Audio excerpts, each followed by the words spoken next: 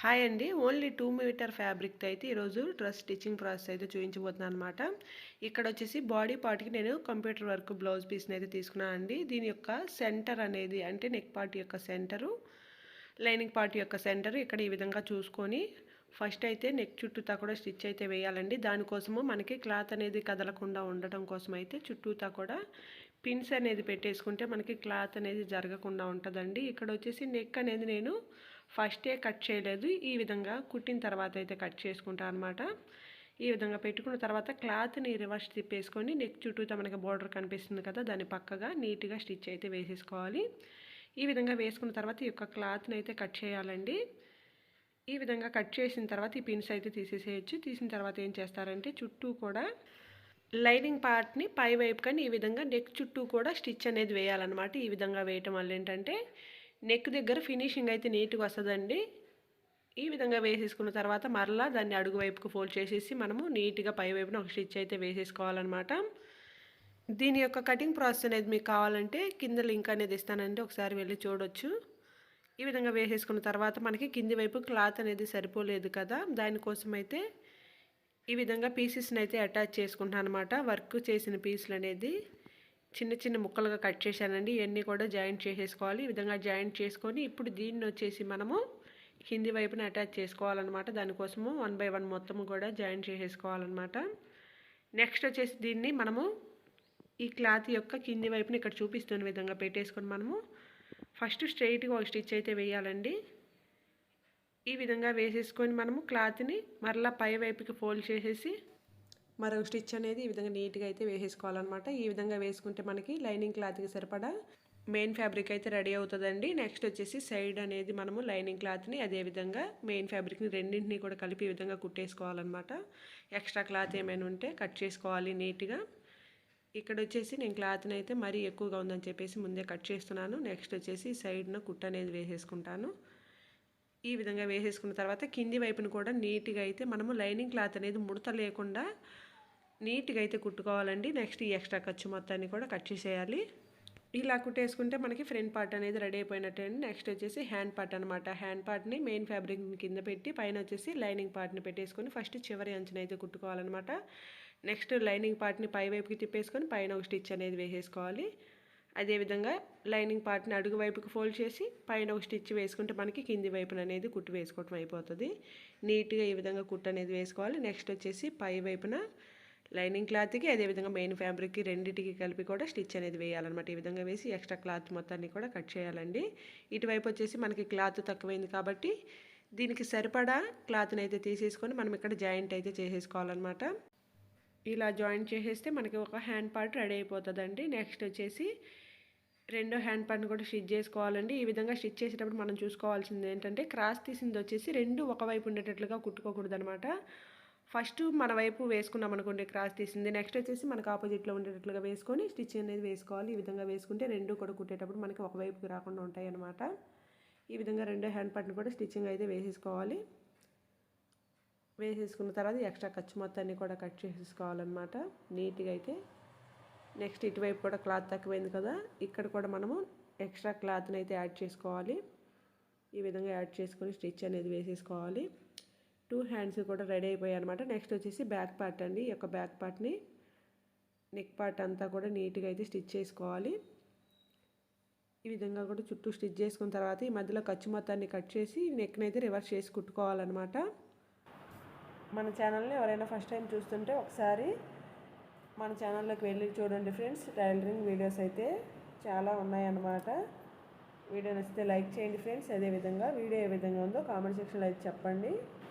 Lining క్లాత్ని అడుగు వైపుకి ఫోల్డ్ చేసుకొని నెక్ చుట్టూతా కూడా నీట్గా అయితే స్టిచ్ వేసేసుకోవాలి.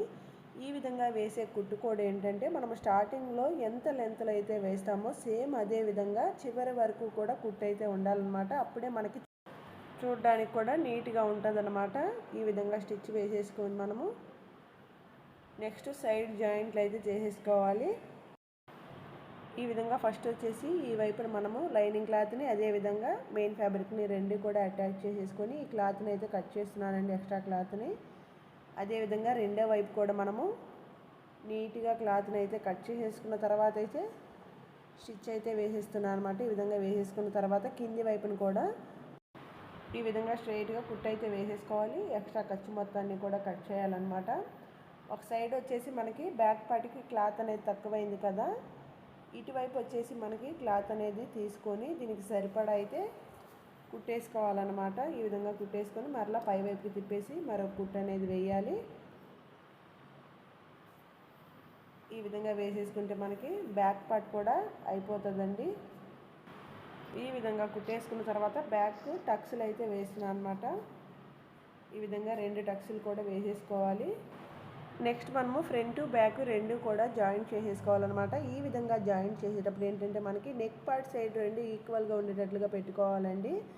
మనకి చంక వైపు కొంచెం ఎక్స్ట్రా వచ్చినా పర్లేదన్నమాట. అంటే ఏమైనా తేడా ఉంటే చంక వైపు వదిలేసుకొని నెక్ సైడ్ మనకి సమానంగా ఉండేటట్లు అయితే పెట్టేసుకోవాలన్నమాట. ఈ విధంగా పెట్టి స్టిచ్ అనేది వేసేసుకున్న తర్వాత ఇక్కడ ఎక్స్ట్రాగా కనిపిస్తుంది కదా, ఈ క్లాత్ని అయితే నేను నీట్గా కట్ చేసుకుంటున్నాను.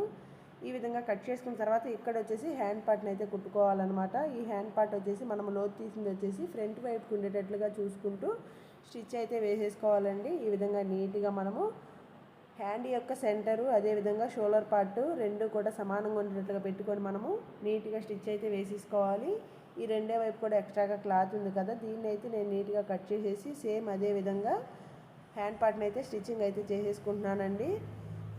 ఈ విధంగా మీకు టైలరింగ్కి సంబంధించిన ఎలాంటి వీడియోస్ కావాలన్నా సరే కామెంట్ సెక్షన్లో చెప్పండి ఫ్రెండ్స్. అదేవిధంగా బ్లౌజ్ మోడల్స్ అయినా సరే వాటికి సంబంధించిన వీడియోస్ అయితే పోస్ట్ చేస్తాను. నెక్స్ట్ వచ్చేసి ఇక్కడ ఓవర్లాక్ అయితే చేసేసుకున్నాను అనమాట. చేసుకున్న తర్వాత ఫస్ట్ వచ్చేసి ఒక సైడ్ అయితే నేను ఇక్కడ ఎలాంటి మెజర్మెంట్ చూడకుండా ఫస్ట్ ఒక స్టిచ్ అనేది నార్మల్గా వేసేస్తున్నాను అనమాట.